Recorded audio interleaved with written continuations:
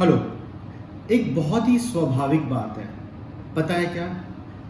हम जब भी कोई चीज़ खरीदने जाते हैं तो हमारे दिमाग में एक बात चल रही होती है कि इस चीज़ की, इस वस्तु की सही प्राइस क्या होनी चाहिए।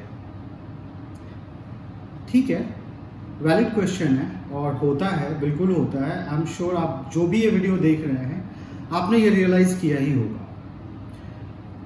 तो कुछ ऐसा ही होता है जब आप स्टॉक मार्केट में जाते हो। जब भी कोई चीज़ या कोई स्टॉक आपको खरीदना होता है तो आपके दिमाग में ये बात आती है कि क्या 300 रुपये इसका सही प्राइस है या इसका प्राइस 250 होना चाहिए।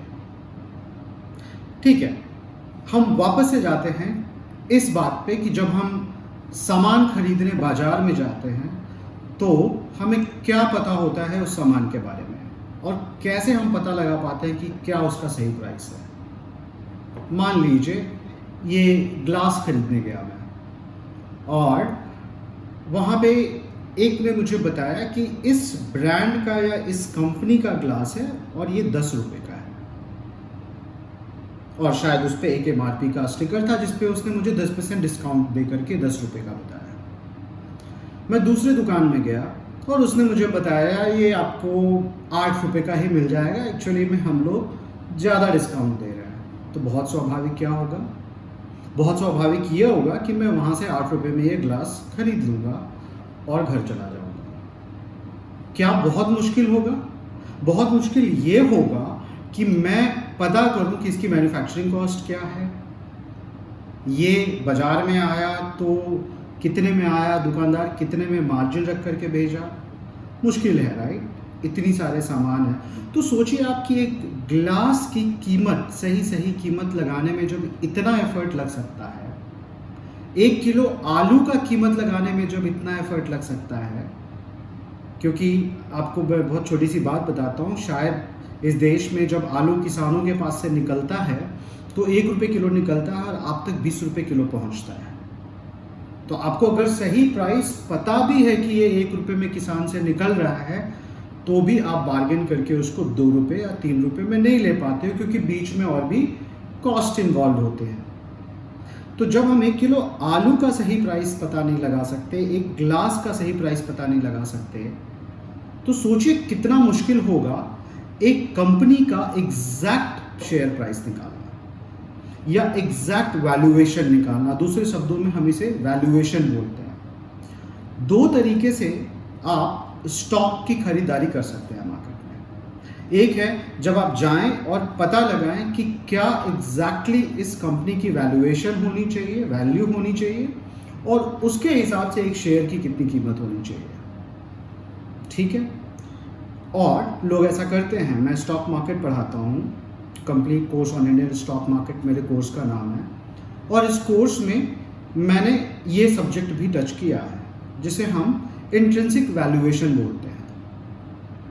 बहुत सारे MBA कॉलेजेस में जो प्रोफेशनल, जिन्हें आप प्रोफेशनल मानते हैं, इन्वेस्टमेंट बैंक्स में काम करते हैं, इक्विटी रिसर्च रिपोर्ट्स बनाते हैं, पोर्टफोलियो मैनेजर्स हैं, आपके दिमाग में हमेशा एक बात ये होती है कि शायद ये वो लोग हैं जिनको एग्जैक्टली पता होगा कि एक शेयर की असली वैल्यू क्या है और क्या है इसका शेयर प्राइस। तो आज इस वीडियो के थ्रू मैं आपको एक मिथ तोड़ करके देने वाला हूँ। तो अगर सिर्फ इस कारण से, क्योंकि आपको लगता है कि आपके पास ना इतना समय है ना धैर्य है एक कंपनी का रिसर्च करने के लिए, और इसलिए आप स्टॉक मार्केट में अनसक्सेसफुल हो जाएंगे, क्योंकि ना आपके पास बहुत स्किल है, ना विजडम है, ना नॉलेज है, तो सिर्फ इसलिए आप अनसक्सेसफुल रहेंगे, तो ये मिथ गलत है। क्योंकि जो लोग ये वैल्यूएशन करना सीखते भी हैं, चाहे वो IIMs में सीख रहे हों या हार्वर्ड में सीख रहे हों, वो भी जब इंडस्ट्री में आते हैं तो शायद ही इंट्रिंसिक वैल्यूएशन करते हैं। उस इंट्रिंसिक वैल्यूएशन का एक बहुत ही फेमस मेथड है जिसको हम डिस्काउंटेड कैश फ्लो बोलते हैं। 1929 में ग्रेट डिप्रेशन के बाद वहाँ पे मैं नाम भूल गया उनका, उन्होंने ये एक नया फार्मूला दिया था कंपनियों की एग्जैक्ट वैल्यूएशन निकालने के लिए।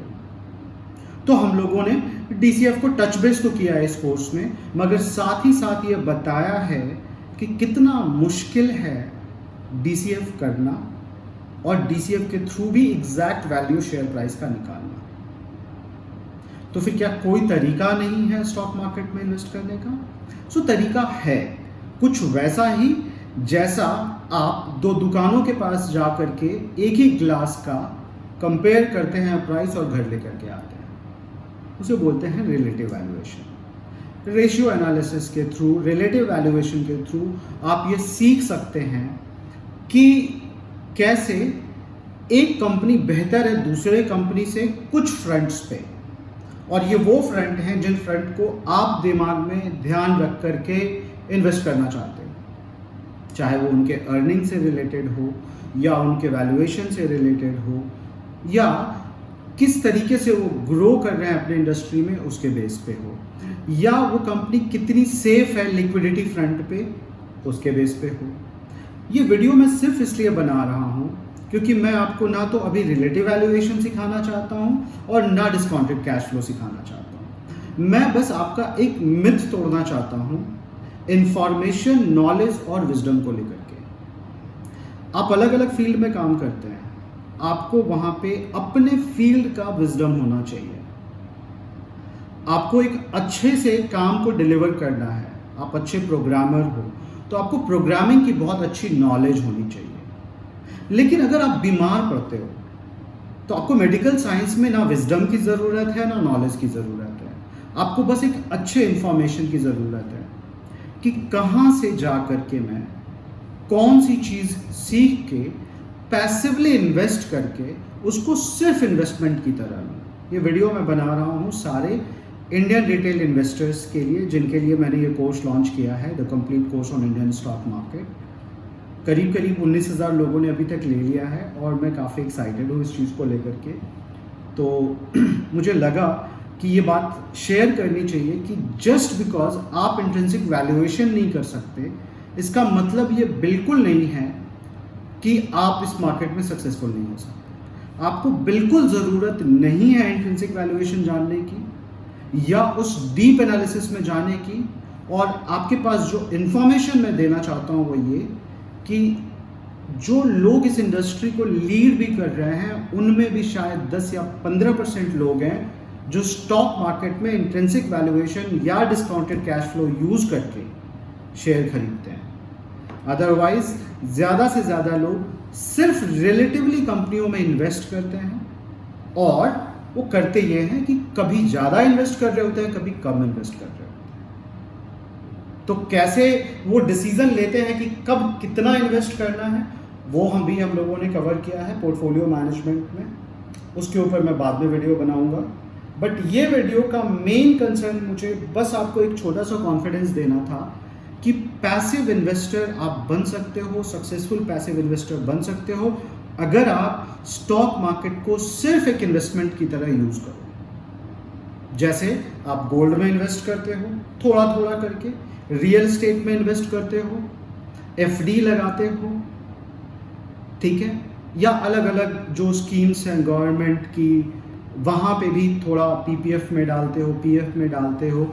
उसी तरीके से एक छोटा एलोकेशन ले करके अगर आप आगे बढ़ो स्टॉक मार्केट में और थोड़ा थोड़ा इन्वेस्ट करते रहो रिलेटिवली वैल्यूएशन करके कि कौन सा बेहतर है, कौन सा अच्छा है, आप जिस कंपनी में काम करते हो उसके शेयर खरीद सकते हो।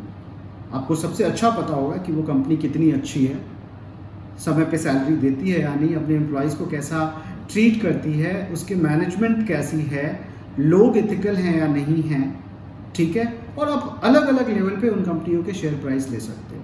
कुल मिला के बस बोलना ये चाहता हूँ मैं कि अंडर कॉन्फिडेंट होकर के इन्वेस्ट करने की ज़रूरत नहीं है।